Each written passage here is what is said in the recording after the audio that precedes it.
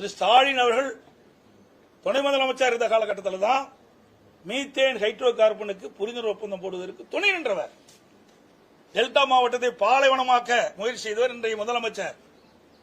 அனைத்து இந்திய அண்ணா திராவிட முன்னேற்ற கழக அரசு இருக்கின்ற காலத்திலே, நான் முதலமைச்சர் இருந்த காலத்திலே அந்த விவசாயிகளுடைய நிலங்களை பாதுகாக்கின்ற விதமாக மத்திய அரசோடு போராடி வாதாடி டெல்டா மாவட்டத்தை பாதுகாக்கப்பட்ட வேளாண் மண்டலமாக கொண்டு வந்து அந்த விவசாயிகள் வீட்டில் பால் வார்த்தது அதிமுக அரசாங்கம்.